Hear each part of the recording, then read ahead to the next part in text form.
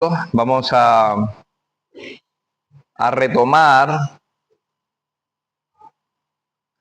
la lectura que teníamos el domingo pasado. Habíamos hablado de la mujer, ¿sí?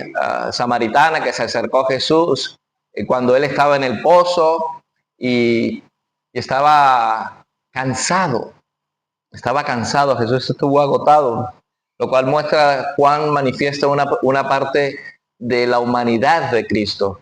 Él era enteramente hombre, enteramente Dios. Juan lo ha manifestado en los versículos anteriores, en los capítulos anteriores. Sin embargo, como habíamos dicho, Juan manifiesta que Jesús viene de predicarle a un principal de los fariseos, un rico principal de los fariseos, un religioso, viene y luego rompe todo tipo de esquemas al pasar, en vez de esquivar Samaria, pasa por todo el medio de Samaria hacia Galilea.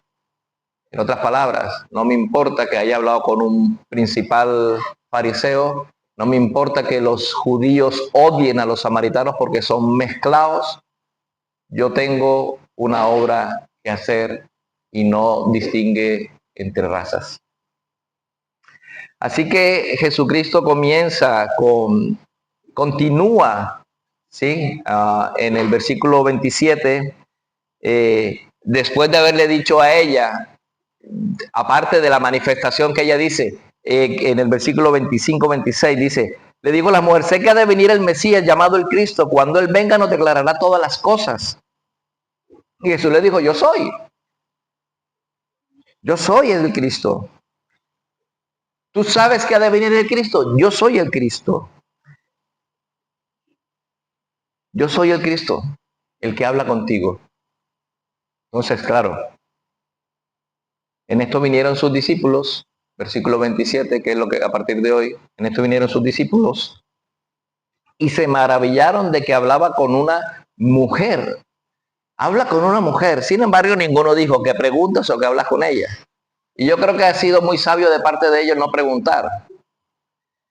Claro, aquí viene la audacia de Jesús. No solo habló con una mujer samaritana, sino que se reveló abiertamente a ella como el Mesías.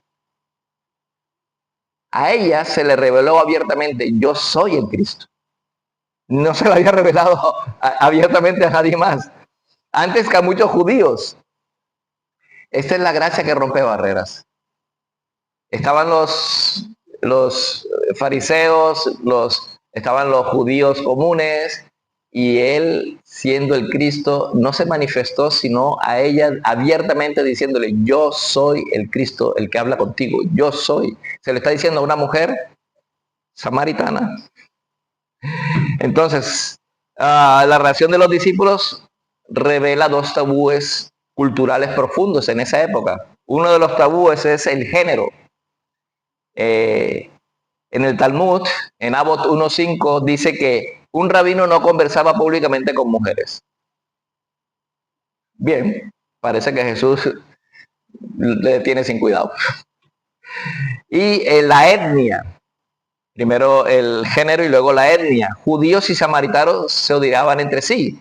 En el siglo VIII a.C., tras el exilio asirio, eso lo vimos en 2 Reyes 17 del 24 al 41, los samaritanos, que eran mezcla de israelitas y pueblos paganos, eran considerados impuros y herejes por adorar en el monte Gerizim, o sea, no en Jerusalén, y tener su propio templo, que fue destruido por los mismos judíos en el año 128 a.C.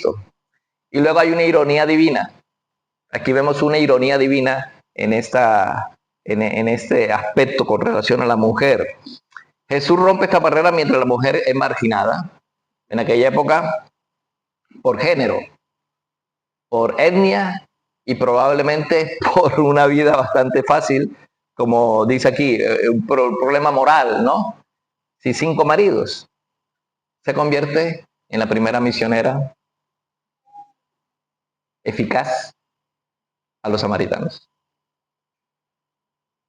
Y un modelo de testimonio, ya veremos, y un modelo de testimonio. Mientras los discípulos, los elegidos, aún no entienden las prioridades de Jesús. ¿Por qué? Porque en el versículo 27 dice, vinieron sus discípulos y se maravillaron. ¡Wow! Un rabí hablando con una mujer. ¡Wow! Un rabí hablando con una mujer samaritana. ¡Wow! Un rabí hablando con una mujer samaritana sola. ¿Esto qué es? Nuestras tradiciones nos prohíben tratar con samaritanos. Ellos tenían aún todavía eso inculcado de manera cultural. Y entonces también vienen y dicen, sin embargo, ninguno de ellos preguntó nada. Aquí vemos varias cosas. Hay un profundo odio, ¿sí? Judeo-samaritano. El versículo 9, si lo leemos, versículo 9 del 4 dice así. La mujer samaritana le dijo, ¿cómo tú siendo judío me pides a mí de beber que soy mujer samaritana? Porque judíos y samaritanos no se tratan entre sí, ¿no? Sí, ese es un contexto para el versículo 27. El origen no era una sola mala relación, no es que no se llevaban bien, no era una sola mala relación.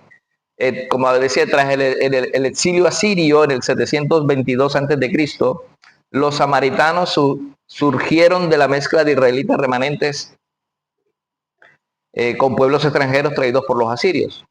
Hemos dicho que en 2 Reyes 17. Esto étnicamente los hacía impuros para los judíos. Luego el centro religioso. No solamente el origen son impuros, sino el centro religioso. En ese sentido, supongamos que tenían razón. Es en Jerusalén y no en cualquier otro lado, sino en Jerusalén que se debía adorar. Los samaritanos adoraban en el monte Gerizim, lo que menciona la mujer en el versículo 20. ¿Habéis visto el versículo 20? Dice así, nuestros padres adoraron en este monte y vosotros decís que es en Jerusalén el lugar donde se debe adorar, ¿no? Y luego, claro, ellos construyeron su propio templo, su propio lugar de culto en el siglo V. Y luego los judíos, como decía, en el siglo 128 a.C., lo destruyen. Esto para los judíos era imperdonable, era una herejía. Es en Jerusalén donde se tiene que adorar, Jerusalén, la casa de Dios. Entonces venían y tenías que ir a adorar a Jerusalén. ¿Cómo es posible que los samaritanos tengan un templo donde adorar si tienen que venir aquí? Entonces, claro, había un problema de origen, de odio religioso. Y luego, las prácticas de exclusión. Vemos también que hay una exclusión. De hecho, los judíos devotos evitaban tener contacto innecesario con los samaritanos o con Samaria para no contaminarse ritualmente. Cruzar Samaria, como hizo nuestro Señor Jesucristo, era algo inusual. Por eso Juan quiere recalcar que tenía que pasar por Samaria. Era una necesidad que pasara por Samaria.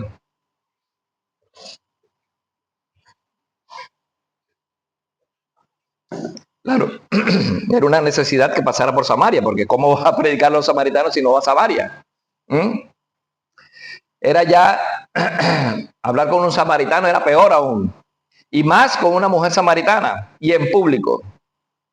Era escandaloso en extremo. Por eso los discípulos estaban un poco escandalizados, maravillados, dice. Yo creo que, wow, debería decir escandalizado. Jesús rompía todas las normas sociales y religiosas establecidas. Pero lo importante y lo interesante de toda esta situación a la que nos está exponiendo el apóstol Juan, no es solamente que rompe con las normas sociales y religiosas establecidas en la época, sino que primero se revela ante un judío que debería saber que el Mesías había de venir. Esto es Nicodemo, que se supone que tiene conocimiento de estas cosas. Luego se expone a una mujer que no tiene idea, porque solamente tiene los primeros 5 libros de la ley, aunque en Deuteronomio sí que dice que vendría un Mesías, un enviado de parte del Señor. y no tenía el resto del Antiguo Testamento. Y sin embargo, ella dijo, sabemos que el Mesías ha de venir. Sabemos que el Mesías ha de venir.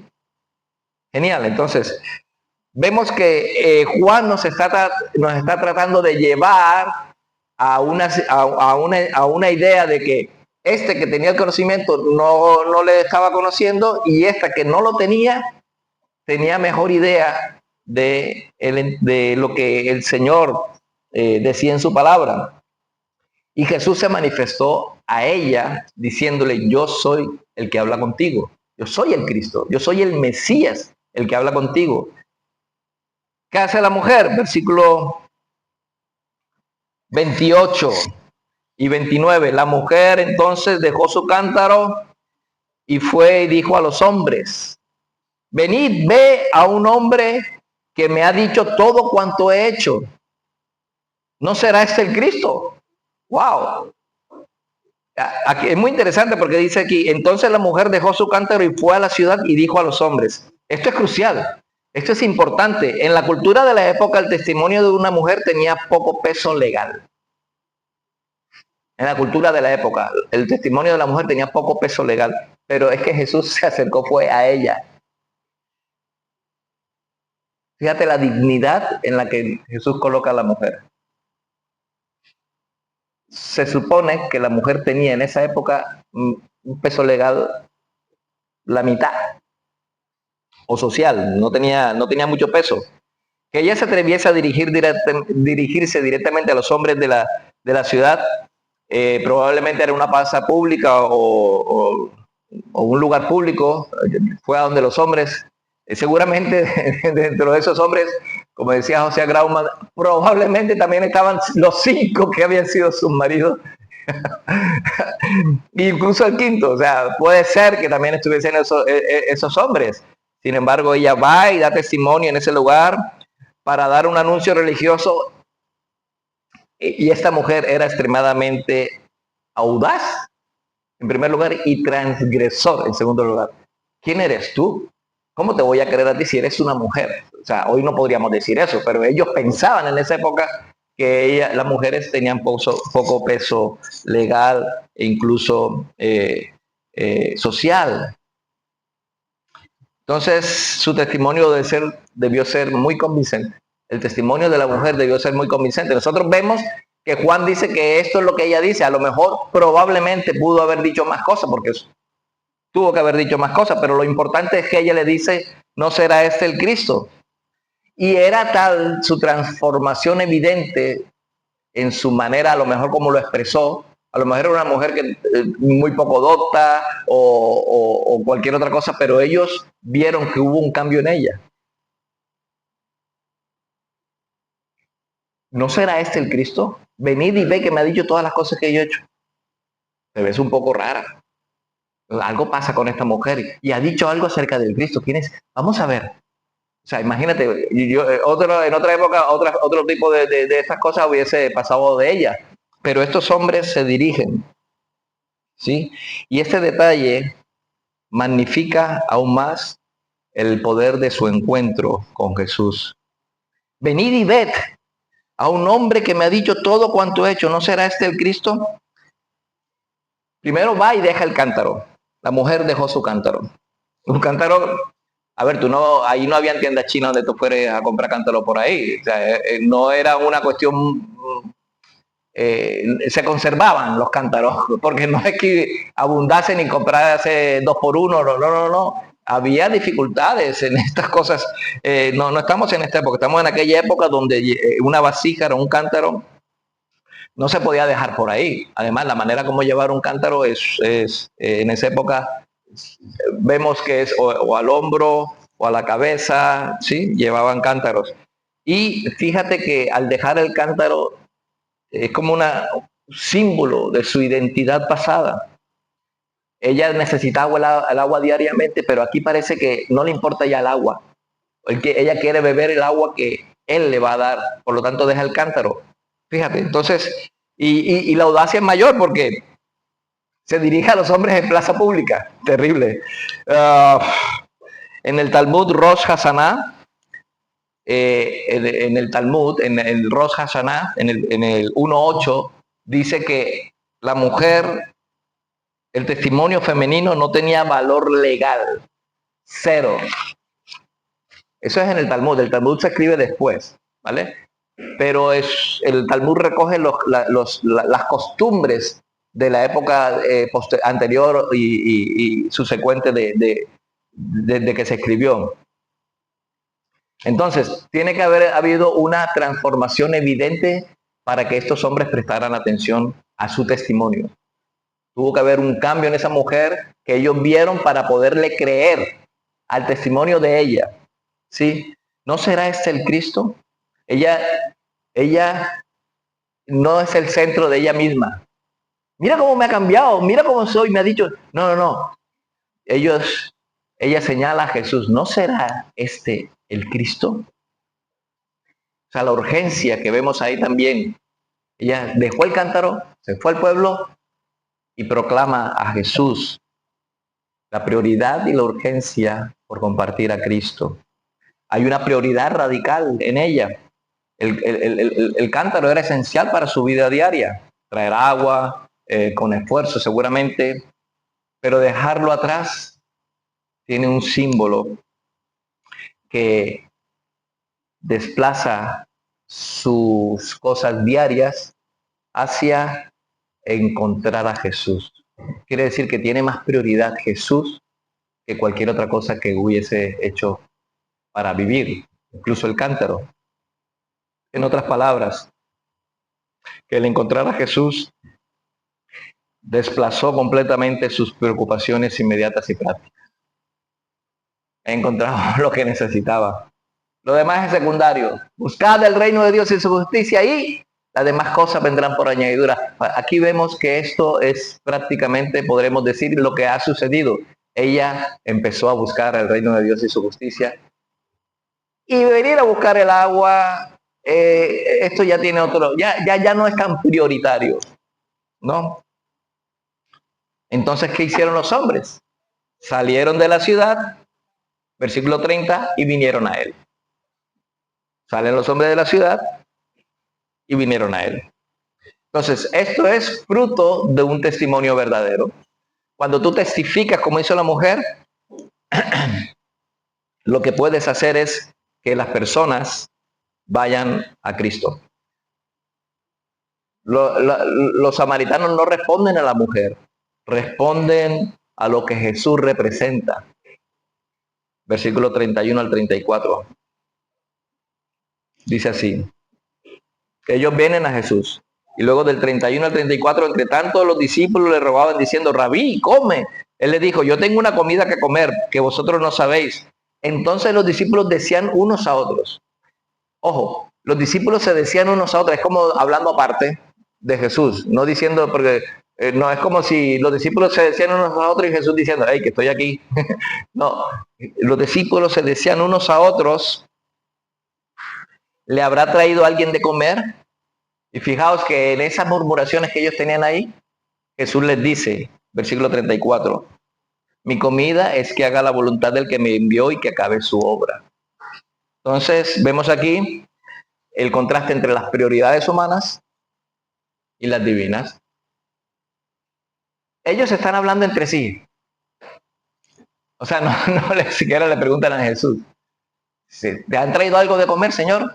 ¿Te han traído algo? ¿Ah? Ellos se decían unos a otros, ¿le habrán traído a alguien de comer? La misma mujer o qué sé yo, porque no quiere comer. Si hemos ido a la ciudad, nos hemos pegado una caminata a la ciudad y hemos traído comida porque él estaba cansado y tenía hambre. Pero él ahora no quiere comer. ¿Qué ha pasado? Se preguntan, ¿qué ha pasado? ¿Que le habrán tenido de comer? Y Jesús, seguramente, oyéndolo o no, aquí no lo dice, él viene y responde, dijo, mi comida es que haga la voluntad del que me envió. O sea, sus prioridades son humanas y mi prioridad es divina. Los discípulos ven hambre física, Jesús ve la cosecha espiritual. Luego, versículo 30, vemos, yendo al versículo 30, los samaritanos acercándose a Jesús. Es una conexión con el 35, Su comida es precisamente iniciar la siega en Samaria. Su propósito de los discípulos era alimentar a Jesús, comer físicamente. El propósito de Jesús era alimentar, iniciar la siega en Samaria, su comida, hacer la voluntad del Padre. Entonces, como creyentes, tú y yo, como creyentes, nuestra verdadera satisfacción es cumplir la obra de Dios. No en lo material. Es importante lo material, traer cosas y comer y disfrutar, pero lo importante es la obra de Dios. Jesús le está diciendo a ellos, sí, pero mi trabajo, lo que me agrada a mí, es hacer la voluntad de mi Padre. Eso es agradable para mí. Juan 6:27 dice lo siguiente.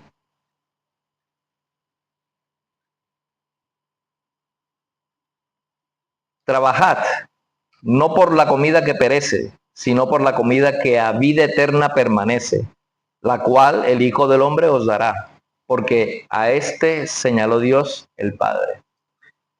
Entonces, claro,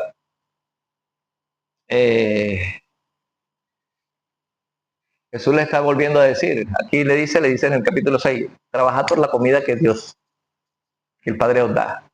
Trabajad por aquellas cosas que no perecen. No os preocupéis tanto por la comida física, muchachos. Dios proveerá. Ellos no entendían que Jesús tenía un propósito al pasar por Samaria y era hacer la voluntad del Padre. Samaritanos no eran despreciables para Dios. Serían despreciables para los judíos, pero para Dios no eran despreciables. Para Dios no eran despreciables. Sin embargo, en el versículo 35 al 38, Jesús viene y nos dice algo. ¿No decís vosotros, aún faltan 4 meses para que llegue la siega? He aquí os digo, alzad vuestros ojos y mirad los campos porque ya están blancos para la siega. Y el que siega recibe salario y recoge fruto para vida eterna. Fijaos, no les está hablando de la siega física, sino de una siega espiritual. El que siega recibe salario y recoge fruto para vida eterna, para que el que siembra goce juntamente con el que siega, pero no está hablando de solamente, toma un ejemplo agrícola. Porque en esto es verdadero el dicho, uno es el que siembra y otro es el que siega. Yo os he enviado a cegar lo que vosotros no labrasteis. Otros labraron y vosotros habéis entrado en sus labores. Aquí podríamos decir que es la mujer samaritana, solamente, la que ha sembrado. Y ellos están labrando lo que ellos no sembraron, ¿no? Aquí hace 2 refranes agrícolas. Primero, faltan 4 meses sobre el ciclo de la siega, ¿sí? De la siembra y cosecha, entre octubre y abril, que es lo que más o menos se llevaba en esa época. Y uno siembra y otro siega. Es una verdad. En Job 3:18 y en Miqueas 6:15 lo dice. Y hay una urgencia. Mirad, mirad, mirad. Alzad vuestros ojos, dice, ¿no? Alzad vuestros ojos y mirad los campos porque ya están blancos para la siega. La cosecha samaritana ya está lista. No tenéis que esperar. No tenéis que esperar que se siembre y esperar 4 meses. No, alzad vuestros ojos. Samaria está lista para la siega. Mirad, alzad vuestros ojos. La cosecha está lista. Otros sembraron, vosotros cosecháis. Entonces, igual que nosotros cuando predicamos en nuestras familias, en nuestros familiares, en nuestros vecinos, nosotros hemos sembrado y más adelante alguien más va a cosechar. No nos preocupa. Y hay sitios donde nosotros hemos cosechado, pero otros han sembrado. Otros han sembrado. Hay otros hermanos que han creído en el Señor, pero nosotros no hemos sido los que le hemos compartido. Nosotros solamente somos los que estamos cosechando lo que otras personas hicieron. Alguien te compartió el evangelio a ti. Alguien te dijo, oye, cree en Jesús. Y tú pasaste olímpicamente de esa persona. Pero llegó el momento de cosechar y el Señor cogió y utilizó a otro siervo para que tú creyeras. ¿Ah? Entonces, no te desanimes.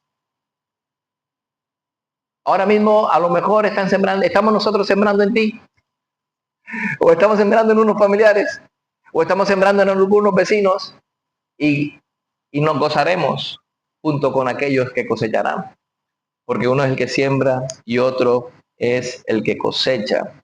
La mujer era una sembradora y los discípulos eran los segadores. Podría significar que alguien más predicó con anterioridad a estos hombres, a estas personas en Samaria, y que los discípulos también eran los que recolectan, los que no sembraron. Aquí hay algo de humildad. Aquí yo creo que los discípulos deben aceptar que Dios usa a los marginados para su obra. Dios utilizó a los marginados, a una mujer que no tenía ningún valor moral, ético, social en aquella época, y Jesús se valió de esa mujer para su obra. Así que no creas que no eres válido para la obra del Señor. Hay mucha humildad. Dios utilizó a una mujer samaritana, adúltera, una mujer que al principio no le quería dar agua. Si tú no tienes cántaro con qué coger el agua. Pero Dios cambió su corazón y utilizó ese testimonio para traer otros hombres a Cristo. Qué bonito. Qué bonito. Entonces del versículo 39 dice así, al 42, ¿no? Y muchos de los samaritanos de aquella ciudad creyeron en él, o sea, en Jesús, por la palabra de la mujer, que daba testimonio diciendo, me dijo todo lo que he hecho. O sea, ellos comienzan a creer por el testimonio de la mujer acerca de Jesús. Testimonio de la mujer acerca de Jesús. Creyeron en él por la palabra de la mujer, que daba testimonio diciendo, me dijo todo lo que he hecho. Entonces, sucede lo que nosotros todos anhelamos. Entonces, vinieron los samaritanos a él, a Jesús, y le rogaron que se quedase con ellos, y se quedó allí 2 días. Hay un encuentro personal con Cristo. ¡Qué bendición! Que tú cojas y prediques el evangelio a una persona y que a lo mejor esa persona venga y conozca a Cristo porque tú le dices testimonio de Jesús, y esa persona venga y conozca él mismo, no por lo que tú le digas, sino él mismo empieza a conocer a Jesús. ¿Sí? Y Jesús se queda 2 días con ellos, algo, como decíamos, inaudito para un judío, pero también para un samaritano, y eso profundiza su fe.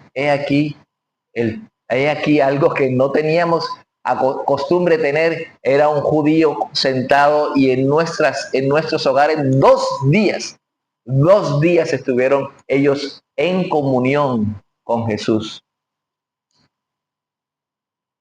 Versículo 41, y creyeron mucho más por la palabra de él, y decían a la mujer, ya no creemos solamente por tu dicho, porque nosotros mismos hemos oído y sabemos que verdaderamente ese es el Salvador del mundo, el Cristo. Wow, aquí confiesan a Jesús como Salvador del mundo. O soter tu cosmos. Es en la palabra que se utiliza ahí. O soter tu cosmos. Cosmos. Wow, esto están haciendo una confesión que no habían hecho los judíos. Este es el Salvador del mundo. No solamente de los judíos, de nosotros los samaritanos, que éramos despreciables. Despreciados por los judíos porque éramos impuros, éramos herejes, éramos todos. Sin embargo, Dios mismo ha venido a nuestra casa, se ha quedado 2 días y creemos que Él es el Salvador del mundo. ¡Wow! Confiesan a Jesús como Salvador del mundo. Oh, soter tu cosmu. Samaritanos, los despreciados, proclaman la universalidad de la salvación, rompiendo evidentemente con ese mesianismo nacionalista judío que ha acosado a esa tierra hasta el día de hoy. Por eso Jesús le dice a la mujer, no, créeme mujer, y la hora ha llegado cuando no será ni aquí este monte, ni en aquel monte, ni en Jerusalén, sino que los verdaderos adoradores adorarán en espíritu y en verdad, porque de tales adoradores se complace Dios. Los que adoran en espíritu y en verdad, no en un lugar, no se trata de lugar, no se trata de etnia, se trata de que Dios necesita, quiere que los que le adoren en espíritu y en verdad. Entonces vemos aquí en este pasaje que Dios muestra la gracia sin barreras de Jesús. Muestra gracia para todo el mundo sin que tenga que ver etnia ni religión. La verdadera religión es adorar a Dios en espíritu y en verdad en el nombre de Jesús. Sea en este local, sea ahí en el 17, sea en el Arenal, sea en una playa, donde Dios nos permita que nos congreguemos, sea escondidos en catatumbas. Dios interactúa con los marginados. Jesús, si veis que esta es la primera cosecha. No fueron ni siquiera los judíos la primera cosecha. ¿Quiénes fueron la primera cosecha? Los samaritanos. Los despreciables fueron la primera cosecha del Señor Jesús. Juan nos quiere mostrar esto. Dios es el Dios de todo el mundo. Dios vino a salvar a todo el mundo, incluso a los samaritanos. El encuentro, sí, el poder transformador del encuentro con Cristo es que una mujer se vuelve misionera. Una mujer, para ellos despreciable, para los judíos doblemente despreciable, porque además de ser mujer era samaritana y pecadora. Resulta que es la primera mujer misionera a los samaritanos. Y la verdadera prioridad de nosotros es que hacer la voluntad de Dios es nuestro sustento. Hacer la voluntad de Dios es nuestro sustento. Y otra cosa que podemos concluir aquí, el trabajo es en equipo. El trabajo es en equipo. Unos sembran, otros cosechan. Pero todos nos gozamos. ¿Sí? Unos siembran, otros cosechan, pero todos nos gozamos porque es la obra de Dios hecha por todos nosotros. Yo te pido que hagas una pequeña reflexión, hermano, y es, ¿a quién consideramos nosotros samaritanos hoy? ¿A quiénes pensamos que son despreciables? ¿O a quienes no prestamos atención porque son X, Y o Z? ¿Sí? ¿A quienes nosotros preferimos evitar pasar por sus tierras o pasar por sus lados y esquivamos y tomamos el camino más largo en vez de ir directamente y pasar por ellos para encontrarnos con ellos? ¿A quienes nosotros consideramos samaritanos? ¿Estamos listos para ser instrumentos inesperados de Dios? ¿Os podéis imaginar la cara de los discípulos cuando en retrospectiva se dan cuenta que ellos buscaban pan y no la voluntad de Dios, y la mujer que buscaba le negó el agua al Señor Jesús, vino a ser una fuente de agua de vida que brota para vida eterna, no solamente para ella, sino para los samaritanos que la conocían por su testimonio anterior? terrible. Pero ¿sabes qué? Dios no hace excepción de personas y Dios puede transformar cualquier corazón, cualquier vida y puede utilizar a cualquier tipo de persona para la obra de su ministerio. Él vino a rescatar lo que se había perdido y estos samaritanos fueron rescatados. Los primeros conversos, la primera misionera fue una mujer samaritana. He aquí la primera misionera, una mujer samaritana. He aquí los primeros conversos, no eran judíos, eran samaritanos, gloria a Dios. Dios tiene misericordia del que tenga misericordia. Y no será en Jerusalén, ni en Jericín, ni aquí en la Sagrada Familia o en ningún otro lado. No, es en cualquier congregación donde se adora en espíritu y en verdad, en el nombre de Jesús el Cristo. Oremos.